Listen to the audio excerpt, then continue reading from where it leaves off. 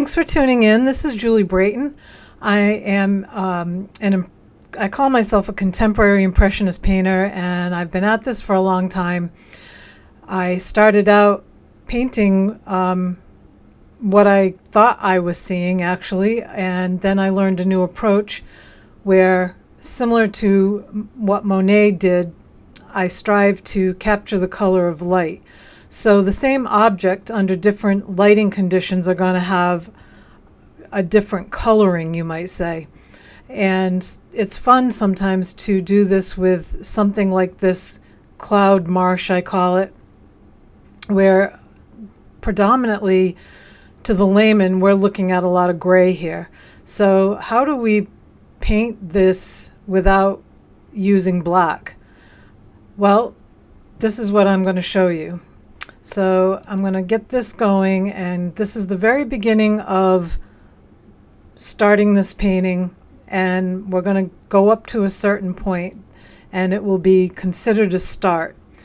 So I like to draw in a quick placement sketch, you might call it, with yellow ochre and a little white, because the yellow ochre kind of blends in with the colors without tainting them too much. You might get a little bit of that, but for the most part, it just will disappear. Another way to do your sketch could be a watercolor or pastel pencil, which some use.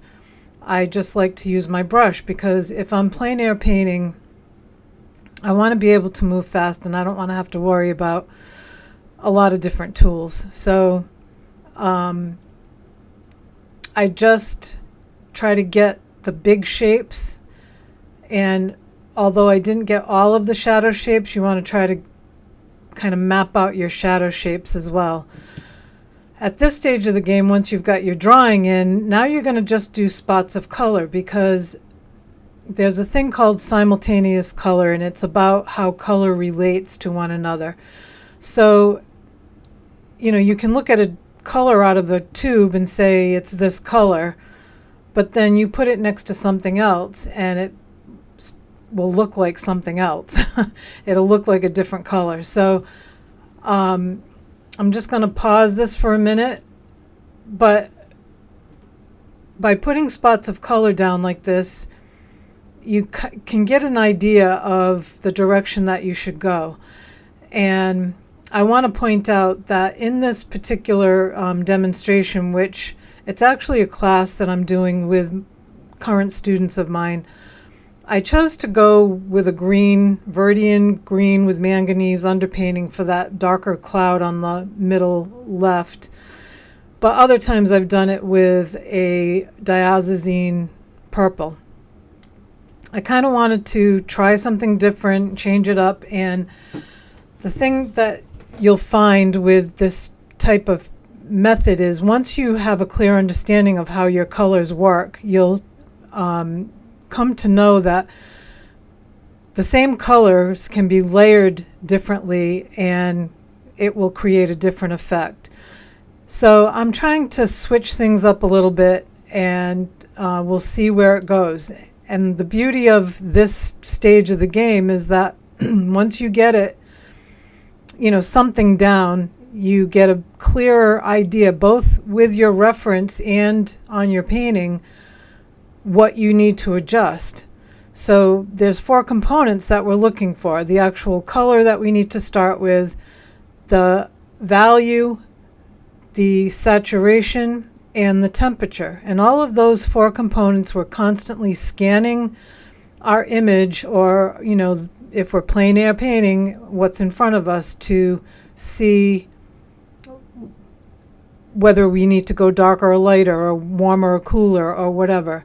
And it really has a lot to do with what's next to each other. So you have to start somewhere, and as you get painting, you make those adjustments. And this stage of the painting is where you do that, because once you have it figured out, once you've got something down, then you've set the tone at this point. So you don't want to change or deviate from the saturation value or temperature that you start with. And those three in particular stand firm. With the color, you're actually layering colors, so the color that you put on top of these colors are going to change. So that's why you're seeing some kind of crazy colors here, like down here, this orange, these purpley colors. These are all with the idea of capturing those three components in particular. So you see on the top left has a much warmer blue than the top right, which is cooler. So the type of blue that I chose was different. But what's going to end up happening is the layering process on top of that, it's going to incorporate some of both, but one is going to lean more warmer and one will lean more cooler. So at this stage of the game, we want to get our white covered up. And here I'm evaluating, kind of really taking note of my values, making sure I have things correct. And when the picture pops up again, you're going to see that I'm way too light here for this cloud mass that's on this side of the image or scene. So I make that adjustment. And when the students and I go into the next level or stage of this, which I will post when we're done, we still have time to tweak and make adjustments. So you can see how this is dark, and what we use, I call, is our squint mechanism.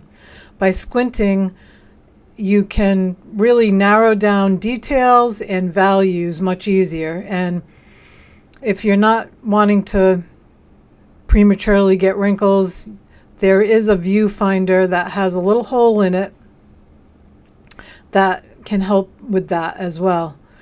So this little section I'm painting right now, I didn't do quite the way I would have wanted to. I'm seeing like a warm violet-y feel. I probably should have gone in to start with some type of violet. It could have been, it's too dark and it's too blue. So that was, that happens, and you can, particularly if you're plein air painting, you can wipe it out and start over. You can try to adjust the color over the color, or wait until your next time around when the painting's dry and restate it completely. So, this is where you want to make your mistakes. You don't want to be trying to fix something when you're on the home stretch of finishing the painting up. Believe me, I've been there, and it's not fun when you're doing details of a painting and you realize you've got the wrong value or the wrong color, or something is completely off, and it's really too late without it looking overworked. So you see, I darkened that up. I kept it warm because I'm playing around with my thoughts on how I'm going to add color into it. And the thing about grays like this is that it's a lot of times similar colors. We're using complementary colors oftentimes. Our Viridian and Diazazine and our French ultramarine blue, those are all components towards making grays. And then, of course, depending on the temperature, raw sienna and yellow ochre can come into play. So I'm trying this out where I'm eventually going to be adding a layer that will neutralize and change this completely. But these are foundation colors to capture the essence of the light that's happening in this particular time of day and scene. So I hope you enjoyed it. Please subscribe to my channel, and I will post the next stage. We do 4 classes of one subject, so we have stage 2 to come along, and I'll post that. So please follow along. Thanks.